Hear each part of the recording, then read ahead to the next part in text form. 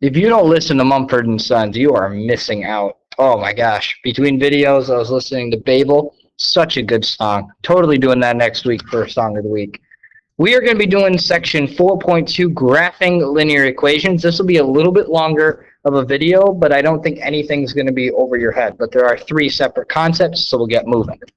The first one here is what we call finding solutions. Okay, and if you've been in one of the algebra classes this year, I've talked about finding solutions means it's on the line.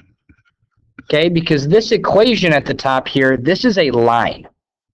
Okay, and we're asking, is this ordered pair part of this line? And in order for it to be, it has to make a true statement when you plug in the numbers. Now, knowing that this is x comma y, I can simply substitute in this 1 for that x and this 2 for that y. So let's try and see what it looks like. So I'm going to go 1 plus 2 times 2, see the 1 is the x, the 2 is the y, equal to 4. Well, this is 1 plus 4, and that equals 5. So this is not on the line, or it's not a solution. Either way you describe it is totally fine for me. Let's try 3, 4 here. I'm going to put 3 in for x plus 2 times y, which is 4, is equal to 4. This is 3 plus 8. That does not equal 4, so it's not on the line.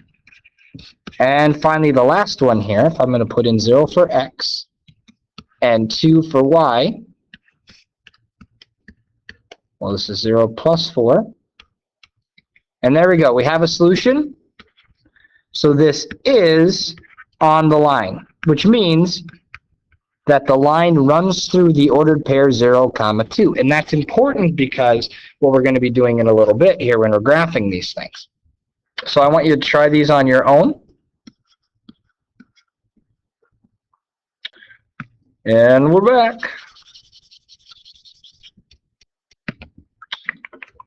For the top one, you should have gotten 6 minus 4 is equal to 2. So this is a solution. For the second one, you should have gotten 12 minus 0. That does not equal 2, so it is not a solution. And for the bottom one, you should have gotten 8 minus 6. That does equal 2, so that one is a solution. If you have questions, bring those to class tomorrow. Alrighty. Finding ordered pairs on the line is pretty easy, okay? And you've all done it before, you just haven't called it that. And what it is I know you guys are super excited, making a table. Now, I'm going to show you the table that I make for every problem. I take the x's and the y's, and we should know by now that we pick the x's and we find the y's by putting them into that function machine or function box and pulling out the dependent variable or the y. So what I do here is I pick -2, -1, 0, 1, and 2. The reason why I pick those numbers is not because they're best, but because they're easiest. Okay, you can pick whatever numbers you want, but I can tell you from experience that these are the easiest 5 ordered pairs that you can pick. What we do then is we put them into this equation, and we have to find out what the y is to make it true. So there's 2 ways you can do that. Okay, one of the ways is you can move the x's over to the right by adding 2x to both sides.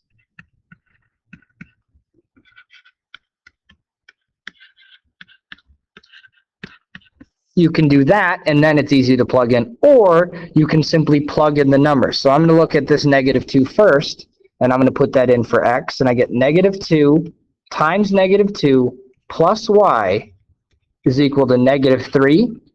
So then I get 4 plus y is equal to -3. Then I subtract 4 from both sides, and I get y is equal to -7. Be careful on that, but it is -7. Therefore, this is -7, or the ordered pair is -2.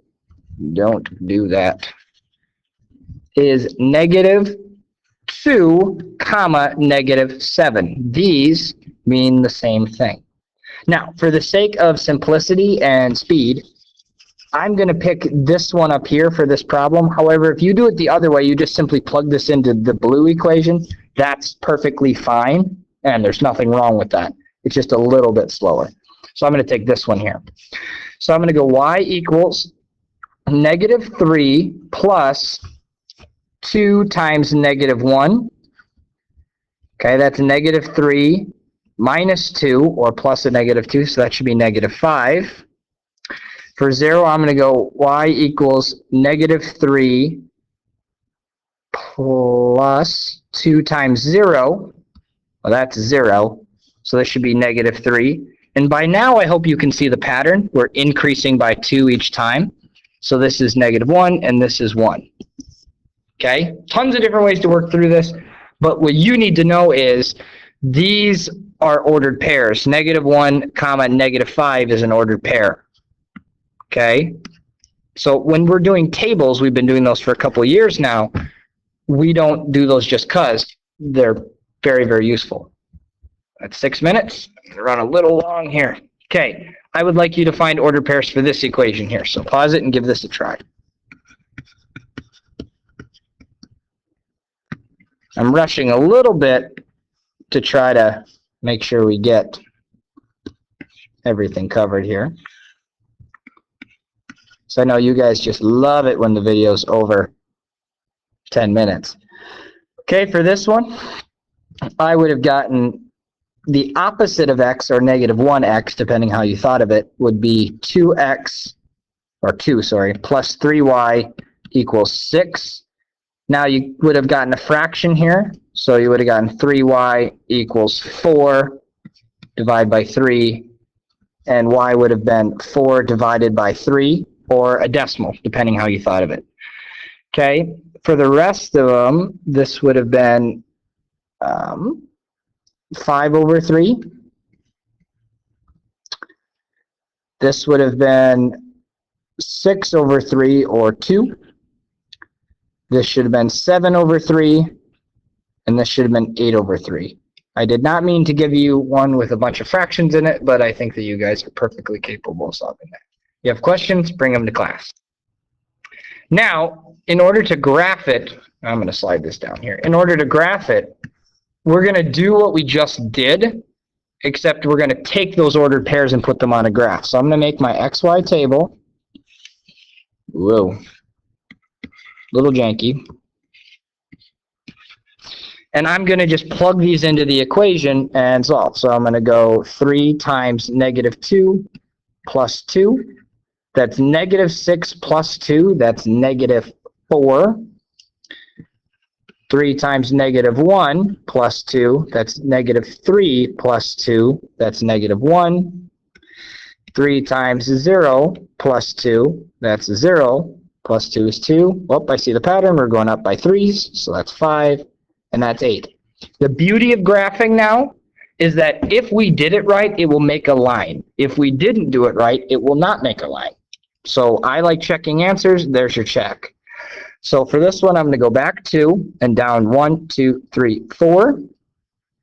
Then I'm going to go back 1, down 1. I'm going to go up 2, 1, 5, and 2, 8.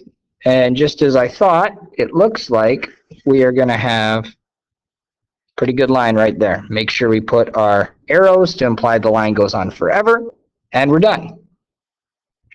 I'd like you to try to graph this one on your own. Now I'm going to simplify this one for you a little bit just to make it easier. This should be y equals 1/2 x plus 2.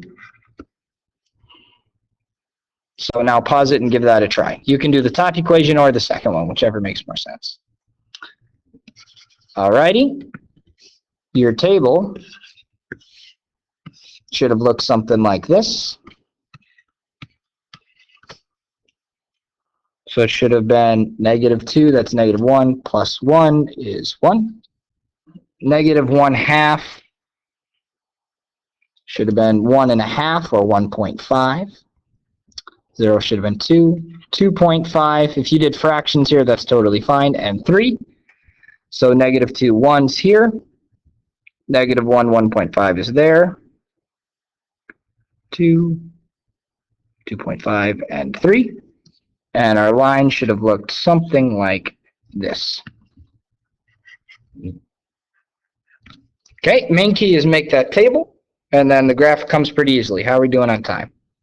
Not great. We're over time. How close are we to being done? 2 more slides. Promise we're done. In order to write it in function form, okay, this will help you with graphing a little bit. What you are doing is you're trying to get the y by itself. So the goal is y equals something, because that's how your calculator likes to read it. In order to do that, you need to get the x's all on the right side, and then you need to divide by the y's. If you guys remember the Hart method, this is where we actually use it. So for this one, I'm going to subtract 3 x's from both sides.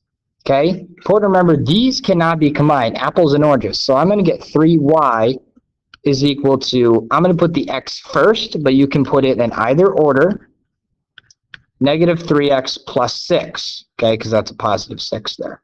Now I need to divide by 3 on both sides to get the y by itself. Now here is the Hart method.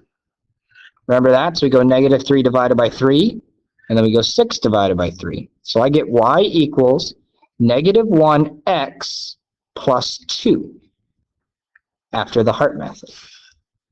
So that's what I wanted over here. Call that function form. It's also easier for tables. Much, much easier for tables.